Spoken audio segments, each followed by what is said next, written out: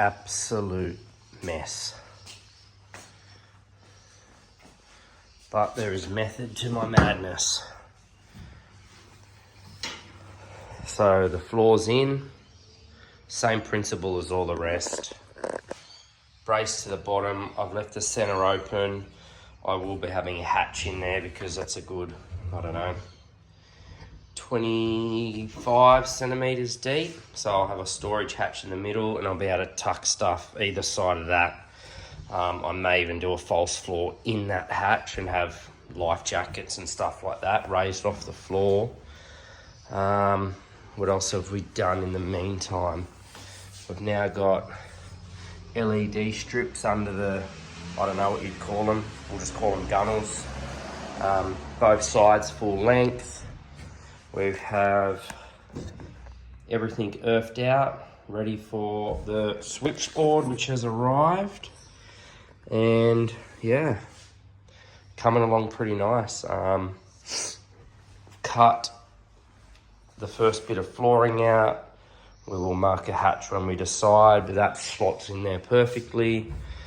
Probably cut that piece next. Cut out the hole for the switch panel, everything like that.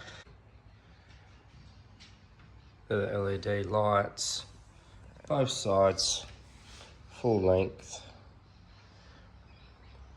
Should be nice and bright. And then yeah, we have the under deck lights. I've decided to go with the Hummingbird as they link up with the Minn Kota, and I think that's pretty neat with the one boat network, and you can follow tracks and stuff like that. They're the cabin LEDs. Like, that is crazy bright. Probably too bright, but we'll roll with that. I always use marine ply. I seal it up as well. Honestly, not sure the difference too much, but I always stick to it. When you're doing the wood, obviously it's not in place now, but you've got to have a 5mm gap around all edges for the carpet, at least. Some guys don't do that, and next thing you know, things don't fit properly. So we get a 5mm gap all the way around. I usually leave around a 6 to 7mm gap, just to make things fit nicely. Parts that are permanent, obviously screwed in, I'll get the gaps right all the way around and then screw them in. Excuse the A for my daughter's name. A bit of an artist, you know, back in the day.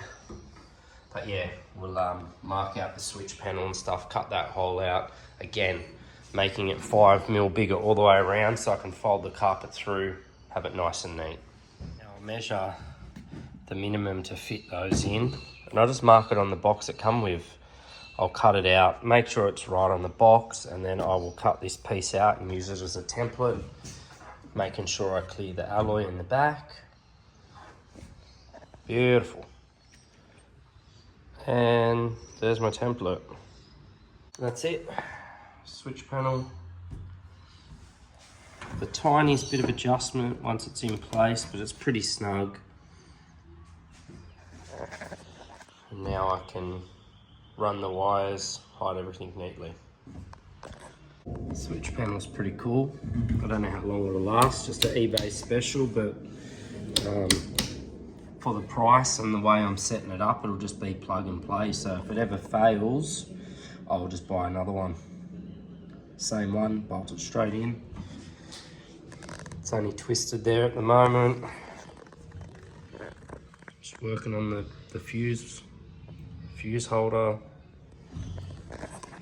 All right, all the little clips are on, ready to go, ready for carpet. All right, hatch framed up, hatch cut out. I'm gonna lift it this way. The gap around's 10mm. Nice storage. I might get some tackle compartments either side, or really not sure what I'm gonna use it for yet, but the more storage, the better. All right, just working on this hatch in here. I think I'm gonna put my oar maybe an extinguisher on that side, leave some rope and bucket, collapsible bucket and stuff in the bottom there. I'll carpet them up, mount them up. I think that's how I'll have it for now. Leave these ends open for longer things, possibly the collapsible, foldable net. We'll see how we go. All right, gone with the old King's Lithium on sale, $248. Mate, if it lasts me a year, I'd be happy. I'll set that up in there soon. Exact same concept as the first battery. Not going anywhere. So I have decided to fully enclose this, all the sides and the bottom. Keep it raised off the bottom in case I get any water in there, but I'll have rope and stuff like that, as I said before. Still leave the ends open if I have something longer to go in there, but neat and tidy and handy little compartment.